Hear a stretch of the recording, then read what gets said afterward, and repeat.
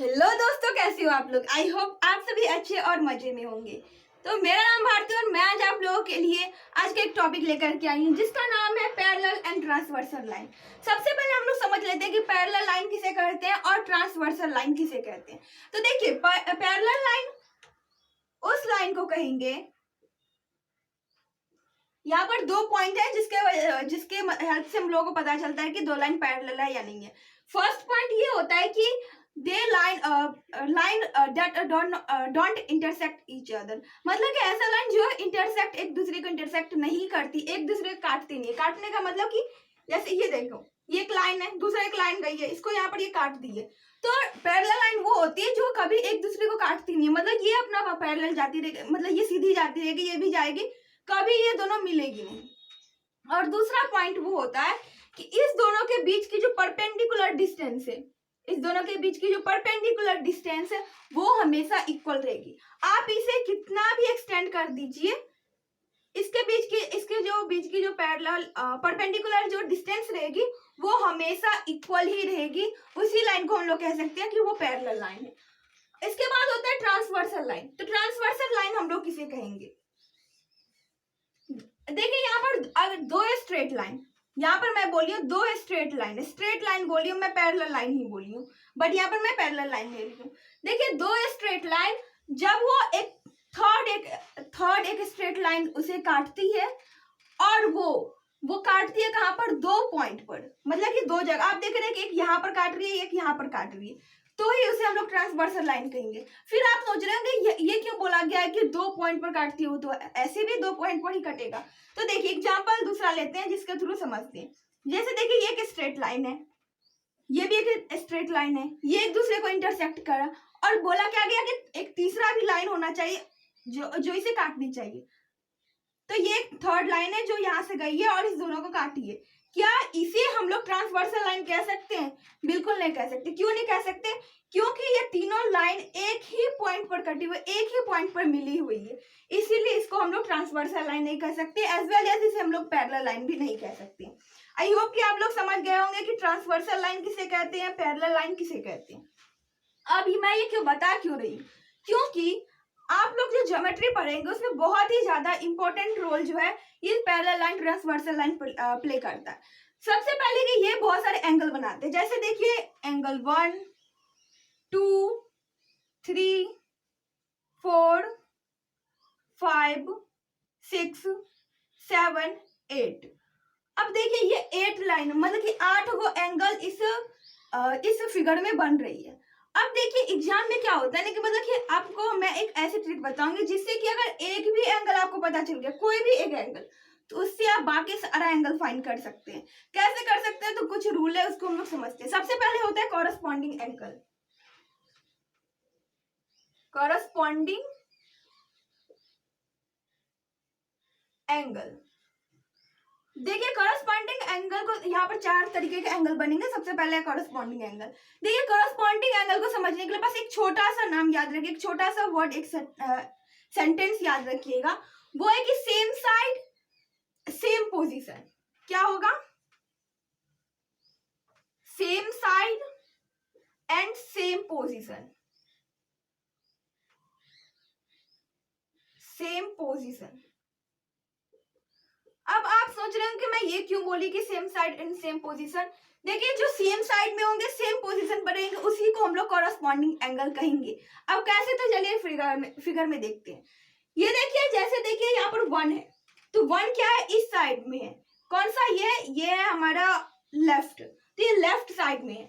आपको left side में देखना है कि सेम साइड, मतलब कि सेम साइड है, ये सारा सेम ही है, 1 4 5 8 and same position. Same position कैसे देखेंगे? तो जैसे देखिए वो एंगल 1 है, वो इस लाइन के ऊपर में है। एंगल 1 जो है, इसे मैं L और M नाम दे देती हूँ। तो एंगल 1 जो है वो L के ऊपर में है, तो हम लोग ठीक वही देखेंगे कि M के ऊपर में क्या है। तो M के ऊपर में 5 है, तो 1 एंगल 1 एंगल 5 क्या है? एक कॉरस्पॉन्डिंग एंगल। क्यों है? क्योंकि देखिए दोनों सेम साइड में, एक ही साइड में है और पोजीशन भी सेम है। L के ऊपर में 1 है और यहाँ पर M के ऊपर में 5 है, इसीलिए ये क्या हो गया? कॉरस्पॉन्डिंग एंगल हो गया। देखिए एक बात याद रखिए कि बहुत स्टूडेंट यहाँ पर इक्वल टू का साइन दे देते हैं। हाँ आप दे सकते हैं इक्वल टू का साइन, बट यहाँ पर इक्वल टू का साइन नहीं देना, हम लोग अभी आपको बस कॉरस्पॉन्डिंग एंगल बता रहे हैं।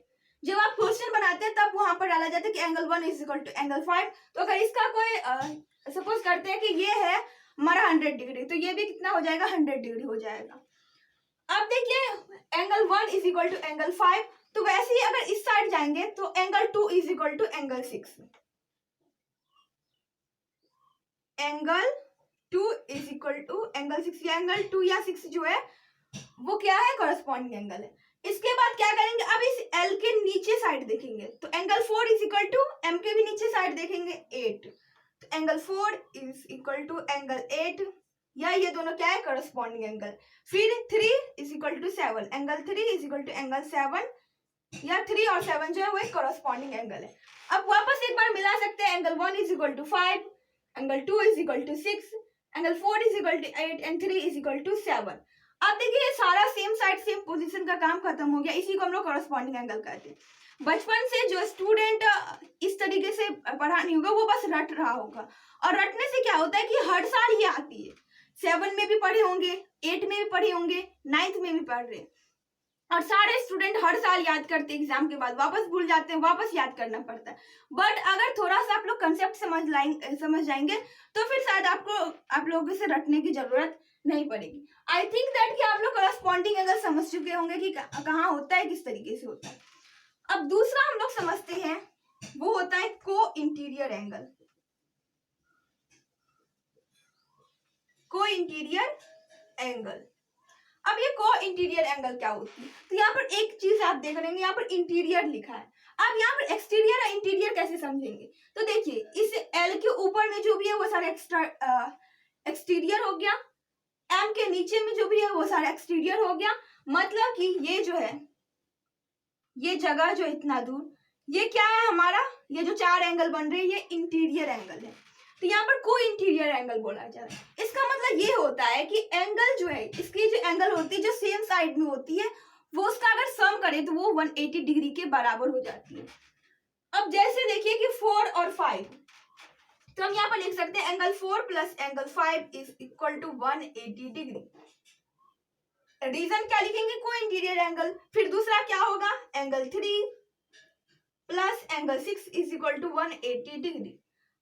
अब देखिए इतना ही नहीं, और कुछ आप कर सकते हैं। आप चाहे तो एंगल 4 यहीं पर लिखते हैं, angle 4 plus angle 3 is equal to 180 degree. But ये कोई इंटीरियर नहीं एंगल नहीं होगा, ये क्या होगा, लीनियर पेयर होगा।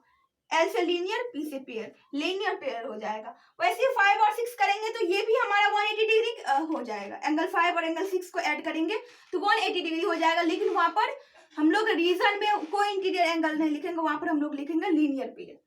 बट अभी उसको छोड़ देते हैं। अब देखिए एक बात, यहाँ पर एक और बात याद रखिएगा कि अगर जैसे देखिए एंगल 3 और एंगल 6 को ऐड करते हैं तो वो 180 डिग्री नहीं हो रहा, या तो फिर 180 डिग्री से ज्यादा हो रही है या कम हो रही है, तो क्या होगा, तो वो जो एंगल होती है वो बताता है कि ये जो लाइन है, ये जो स्ट्रेट लाइन आप ड्रॉ किए हैं वो कहीं जाकर के मिलेगी, और वो लाइन पैरेलल नहीं होती है। कहीं जाकर के मिलेगी मतलब पैरेलल हो ही नहीं सकती है। तो अगर किसी साइड ऐसा होता है कि angle 3 is equal to angle 6, angle 3 plus angle 6 180 degree नहीं हो पाती है, इसका मतलब वो लाइन जो है वो सिर्फ और सिर्फ स्ट्रेट लाइन है, पैरेलल लाइन नहीं है। देखिए 2 तरीके के एंगल हम लोग समझ लिए, अब तीसरा और ज्यादा तरीके समझ लेते हैं। तीसरा होता है अल्टरनेट इंटीरियर एंगल, और चौथा होता है अल्टरनेट एक्सटीरियर एंगल। पहले अल्टरनेट इंटीरियर एंगल समझ लेते हैं। थर्ड अल्टरनेट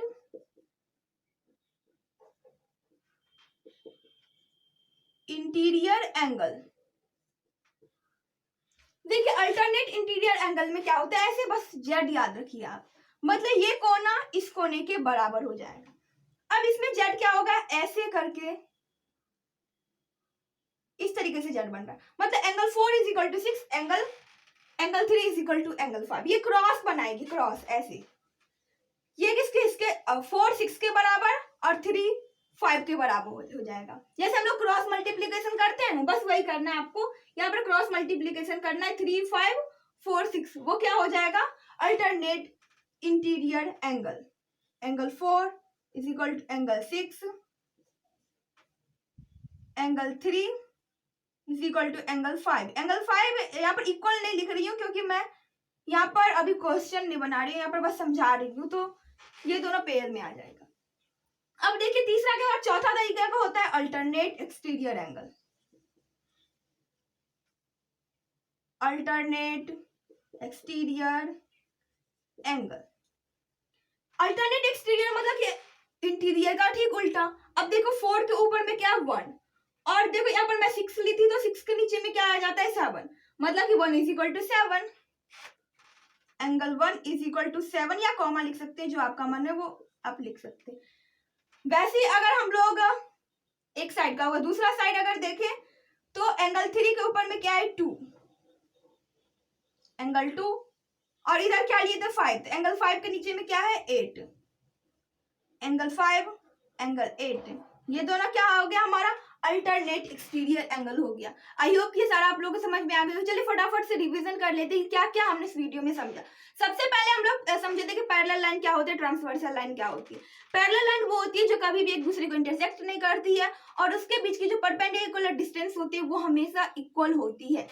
इसके बाद हम लोग समझे थे कि ट्रांसवर्सल लाइन किसे कहते हैं। ट्रांसवर्सल लाइन जो कि स्ट्रेट लाइन को, दो स्ट्रेट लाइन को एक थर्ड स्ट्रेट लाइन कट करती है दो डिस्टिंक्ट पॉइंट पर, उसे हम लोग कहते हैं ट्रांसवर्सल लाइन। इसके बाद हम लोग पढ़े थे करस्पॉन्डिंग एंगल। करस्पॉन्डिंग एंगल को याद करने के लिए सिंपल सा ट्रिक याद करना है कि सेम साइड सेम पोजीशन, मतलब कि जहां जिस जगह पर है, जिस पोजीशन पर है, जिस साइड में है, वहीं पर ठीक उसके नीचे में देखना उसी जगह पर उसी पोजीशन पर होगी तो वो क्या होगी करस्पॉन्डिंग एंगल हो जाएगी। उसके बाद हम लोग समझे थे को इंटीरियर एंगल, मतलब कि अंदर का जो एंगल है उसका सम जो है वो 180 डिग्री होगा, as like a linear pair. Linear pair में भी वैसा होता है, लेकिन थोड़ा सा उसमें थोड़ा सा डिफरेंस है। उसमें क्या होता है कि एक ही लाइन पर होती है, मतलब कि एक स्ट्रेट लाइन पर होती है, बट ये जो हमारा कोई इंटीरियर एंगल होती है यहाँ दो लाइन बनती है।